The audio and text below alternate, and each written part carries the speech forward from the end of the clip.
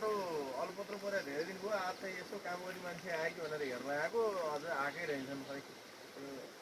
खो है अस्ति एकदिन आएर फुर्ती फार्ती गरेर काम गरेँ। अनि मैले यसो सोचेँ त्यहाँनिर अलिकति मसला बढी जस्तो लाग्यो। अनि भोलिपल्ट हल्टा गरेँ क्या तिनीहरूले। अनि आएर यस्तो ग्राभेल स्ट्राभेल फाले यताउति के अरे गिटीहरू यी खाल्टाहरू भरे यता खोस्रा ढुङ्गा भरे। अनि पर्सिपल्ट आएर यसो अलिअलि गर्न लागेको थिएँ।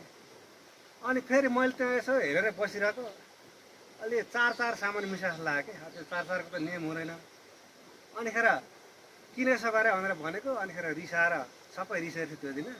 अनि फेरि भोलिपल्ट हल्ट गरेँ। अनि काम गर्न आएनन्। अनि फेरि भोलिपल्ट काम गर्न आएको दिन चाहिँ यसो आएर त्यतिर खोस्रा ढुङ्गाहरू हाल्न आएको थिएँ। खोइ के गरे भने के थाहा अब यो खोस्रा ढुङ्गा गिटी अब नहाले त यो ठेगाना फाइदै हुँदैन नि। अब यस्तो धरा बनाएर हेर न, यस्तो यहाँ यस्तो छ हिँड्न यस्तो अहिलेले चाहिँ ठक्कर घाउला अनि कसले गर्ने होइन। साह्रै गाह्रो छ कि एक त जहाँ पनि यहाँ यस्तो छ, यहाँ हेर यस्तो, यहाँ यस्तो छ यस्तो छ। के गरे खै विकास त गर्छ भन्छन् के गर्छन्।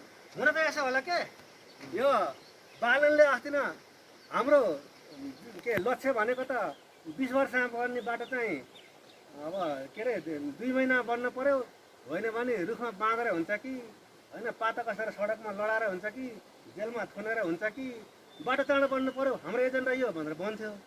अनि त्यो भने रिसले चाहिँ ठेकेदारले ल हेर त कसरी चाहिँ तैँले चाहिँ रुखमा बाँधेर अथवा बाँधमा पाता कसेर चाहिँ हामीले पछार्दो रहेछ भनेर ठेकेदारले त्यसो गरे हो कि के हो के कुरै बुझ्न सकेन। ल छोड्देऊ केही गर्दैन। जति हेऱ्यो नि त्यस्तै हो।